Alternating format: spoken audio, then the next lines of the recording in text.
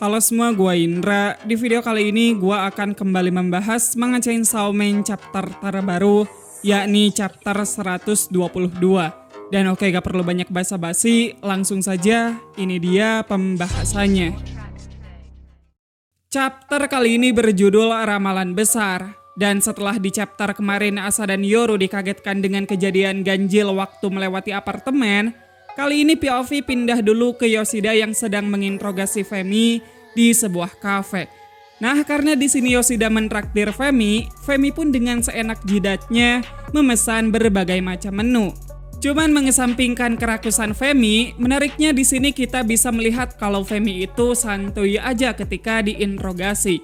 Bahkan ketika Yoshida tahu Femi ini adalah Femin Devil, Femi tetap chill aja gitu. Malahan Femi tidak keberatan jika identitasnya diketahui banyak orang. Setelah itu Yoshida kemudian mengalihkan topik pembicaraan dengan membicarakan rumor yang baru-baru ini tersebar. Rumor tersebut mengenai ramalan Nostradamus yang mengatakan bahwa pada Juli 1997, Raja Ketakutan akan turun dari langit. Walaupun ini hanya sekedar rumor saja, tapi pihak Biro Keamanan Publik serius menanggapi hal ini. Mereka bahkan melakukan eksperimen pada 30 tahanan penjara untuk melakukan kontrak dengan Future Devil. Para tahanan tersebut disuruh untuk bertanya kapan mereka akan mati pada Future Devil. Dan gokilnya, 23 dari mereka semua diramalkan akan mati pada Juli 1999. Yoshida kemudian mengatakan jika Biro Keamanan Publik tahu bahwa Femi tengah merencanakan sesuatu. Dan mereka menduga rencana Femi ini ada kaitannya dengan ramalan tadi. Yoshida pun mengancam Femi untuk buka mulut. Jika Femi tidak mau bicara, Yoshida dan kawan-kawan siap membereskan Femi layaknya devil yang lain. Anjir, gokil banget nih si Babang Tampan. Meski yang ada di hadapannya sekarang adalah devil sekelas Four Horsemen, tapi bisa-bisanya dengan santai doi mengancam Femi. Makin yakin gua kalau si Yoshida ini punya something yang patut diwaspadai. Nah, Femi pun mengatakan bahwa ketujuh sisa tahanan yang tadi semuanya akan mati minggu ini. Selain itu, Femi juga memberitahu jika 40 detik yang lalu ada sosok devil yang muncul di area pemukiman Yuye di sekitar distrik timur. Katanya devil yang satu ini merupakan devil pertama yang bertanggung jawab untuk membuat dunia jatuh ke dalam neraka ketakutan. Namun sayangnya, sebelum Femi selesai menyebut nama devil tersebut, POV langsung pindah ke sepasang pasutri yang lagi nonton TV. Nah, ketika dua orang NPC ini berbincang tentang kehidupan tak penting mereka, tiba-tiba sang suami berkata bukannya lebih baik mati saja. Dan setelah sang istri mengiyakannya, keduanya pun berjalan keluar apartemen dan langsung menjatuhkan diri mereka dari apartemen yang sangat tinggi. Nah, kejadian ini ternyata sinkron dengan panel manga terakhir di chapter kemarin, yang mana semua orang yang menatap Yoru satu persatu menjatuhkan diri mereka ke bawah. Merespon hal ini, Yoru pun langsung membuat pedang dari penggaris. Dan ini nih, salah satu entrance mengerikan yang gua suka banget dari chapter kali ini. Orang-orang yang berhamburan di tanah tiba-tiba numpuk satu persatu. Dan dari gundukan manusia tersebut, muncullah sosok devil yang bahkan sampai membuat Yoru kabur ketakutan. Gokil banget anjir. Yoru dibikin lari kayak kebelet berak. Gokil. Dan ya, chapter kali ini berakhir sampai di sana. Gimana? Chapter kali ini seru parah kan? Teka-tekinya ada, scene epicnya ada, ngerinya juga ada. Pokoknya komplit banget dah chapter kali ini. Sorry banget ya, untuk sosok devilnya sendiri gua sengaja sensor. Karena terlalu vulgar cuy. Takut di-ban gua sama YouTube. Kalau kalian mau lihat langsung, cari aja di aplikasi Manga Plus atau di Google juga udah banyak. Dan sebenarnya nggak banyak yang bisa kita diskusikan. Cuman walaupun sedikit bakal agak panjang sih gua bahasnya. Plus ada sedikit teori dari gua juga. Oke lah, langsung saja. Pertama kita bahas dulu soal timeline Chainsaw Man part yang kedua. Yang mana di chapter kali ini kita bisa mengetahui jika timeline Chainsaw Man part 2 berjalan di tahun 1999. 2 tahun pasca Makima dijadiin rendang. Tentunya hal ini nggak mengherankan ya, pasalnya Nayuta aja tiba-tiba udah agak gedean badannya. Lalu kita lanjut ke ramalan Nostradamus yang Yoshida bicarakan. Nah, memang Fujimoto mengambil referensi ini dari ramalan Nostradamus yang ada di dunia nyata, di mana Nostradamus pernah meramalkan jika akan ada kiamat pada tahun 1999. Tapi buktinya nggak kejadian, gua aja masih hidup nih. Sebenarnya untuk referensinya sendiri nggak terlalu penting. Poin yang mau gua highlight adalah perkataan Yoshida yang satu ini. Juli 1997, Raja Ketakutan akan turun dari langit. Seperti yang kita tahu, tahun 1997 adalah timeline Chainsaw Man sebelum part yang kedua, yang mana untuk devil kuat yang turun ke bumi di kala itu cuman Hell Devil. Perlu digarisbawahi, devil yang gua maksud adalah devil yang turun di tahun 1997. Bukan yang udah ada di bumi dari dulu, kayak Gun Devil, Chainsaw Devil, ataupun Control Devil. Berarti ada sosok devil yang sangat kuat yang belum dimunculin, tapi udah ada di muka bumi. Gila gak tuh? Nah, ini baru teka-teki yang pertama. Lanjut ke teka-teki yang berikutnya. Dari percakapan Yoshida dan juga Femi, kita bisa mengetahui kalau Femi sedang menjalankan apa yang diramalkan Nostradamus. Jika kita mengaitkan ramalan tadi dengan Four Horsemen, sepertinya ada suatu korelasi satu sama lain, di mana Four Horsemen sendiri adalah pertanda kiamat. Jangan-jangan dengan adanya 4 Four Horsemen yang turun ke bumi, kiamat benar-benar akan terjadi. Sejauh ini kan di bumi baru ada 3 Four Horsemen yang diketahui, yaitu Control Devil ataupun Nayuta, War Devil ataupun Yoru, sama Femin Devil ataupun Femi. Apakah dalam waktu dekat kita bisa melihat Dead Devil?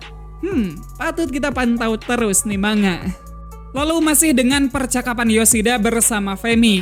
Tadi Femi memberitahu soal 7 tahanan yang akan mati minggu ini. Nah, kalian berpikir gak kenapa harus 7 tahanan tersebut yang matinya beda dengan yang 23 sisanya? Menurut gua, karena Chainsaw Man ini banyak mengambil referensi dari mitologi dan ajaran Kristen, bisa saja 7 tahanan tadi dipersiapkan sebagai wadah Devil 7 Deadly Sins. Iblis 7 dosa mematikan. Karena Four Horsemen kan udah, Angelology udah, tinggal 7 Deadly Sins aja nih yang belum. Cuman ya ini mah sekedar cocokologi gua doang sih. Tapi gua bukan tanpa alasan juga bisa cocokologi sampai ke sana. Pada Chainsaw Man chapter 101 juga angka 7 ini sempat disebut. Nah, tentunya ini bisa saja kebetulan doang. Tapi tidak menutup kemungkinan juga ada sesuatu yang dipersiapkan Fujimoto terkait angka 7 ini. Selain itu, di chapter 101 juga ada satu perkataan yang memperkuat ramalan Nostradamus dan asumsi gua mengenai 7 Deadly Sins. Yang mana di chapter 101, seorang politikus bilang jika umat manusia tengah berperang dengan bangsa Devil. Nah, bisa jadi ini merupakan petunjuk dari ramalan tersebut, di mana nantinya akan terjadi perang yang besar antar umat manusia dan juga Devil. Apalagi timeline Chainsaw Man sekarang sudah pas banget nih sama prediksi kiamat yang diramalkan oleh Nostradamus. Oke lah, cukup sampai di sana saja soal pembahasan ramalan Nostradamus. Kita lanjut ke bahasan paling panas dan menarik di chapter kali ini, yang tentu saja mengenai sosok Devil yang muncul di hadapan Yoru. Nah, dari perkataan Femi bisa diambil kesimpulan jika iblis satu ini adalah Primal Devil. Mungkin kalian pikir ini adalah Dead Devil ataupun Darkness Devil. Cuman gua punya teori yang lebih menarik dibandingkan kedua devil tersebut. Pertama, dia bukan Dead Devil, karena walaupun pemicu kemunculannya adalah kematian orang-orang, seperti yang kita tahu Dead Devil sendiri merupakan salah satu Four Horsemen. Dan Four Horsemen itu identik dengan cewek yang punya mata kayak Rinnegan. Nah, Devil ini punya bentuk yang abnormal, nggak kayak Four Horsemen yang lain. Kedua, kalau kita kaitin ini dengan Darkness Devil, memang cukup bisa dikaitin. Cuman mengingat Darkness Devil sendiri dikatakan belum pernah dikalahkan di neraka, membuat gua ragu menyebut kalau Devil ini merupakan reinkarnasi dari Darkness Devil. Jadi menurut gua Devil ini merupakan Fall Devil ataupun iblis jatuh. Awalnya gua sempat berpikir Devil ini adalah Tall Devil ataupun iblis ketinggian. Namun setelah gua pikir-pikir, rasa takut terhadap jatuh lebih merata di semua orang. Semua orang takut kalau jatuh, tapi tidak semua orang takut dengan ketinggian. Jatuh juga sifatnya luas banget, dan konteks yang dibawa jatuh selalu dalam hal yang negatif. Jadi jatuh ini bisa dikategorikan sebagai ketakutan yang primal. Tentunya bukan tanpa alasan gua bisa berteori seperti ini. Gua juga bakal sertain petunjuk dan referensi untuk memperkuat teorinya. Pertama, dari perkataan Femi, Devil ini merupakan devil pertama yang bertanggung jawab untuk membuat dunia jatuh ke dalam neraka ketakutan. Di sana ada kata jatuh yang menjadi petunjuk yang pertama. Lalu jika kita mengaitkan perkataan ini dengan referensi dari sejarah awal umat manusia menurut beberapa kepercayaan samawi, di mana seperti yang kita tahu kalau Adam dan Hawa ataupun Adam dan Eve itu jatuh dari surga ke bumi. Selain itu, awal mula devil itu bisa ada karena ada sosok malaikat yang jatuh sehingga menjadi iblis. Ya mungkin kalian sudah sering lah ya mendengar nama Lucifer. Gimana? Dua kejadian barusan nyambung banget kan sama perkataannya Femi. Keduanya sama-sama menjadi awal mula sejarah dan keduanya diawali dengan kejatuhan. Kita tahulah ya kalau Fujimoto sering banget ambil referensi dari ajaran-ajaran samawi terlebih kekristenan. Jadi ini menurut gua make sense banget. Petunjuk berikutnya ada pada kejadian orang-orang yang bunuh diri. Nah mungkin ada yang ngaitin ini dengan suicide devil ataupun devil bunuh diri. Namun jika kita perhatikan dengan lebih teliti, cara orang-orang untuk bunuh diri itu dengan menjatuhkan diri mereka.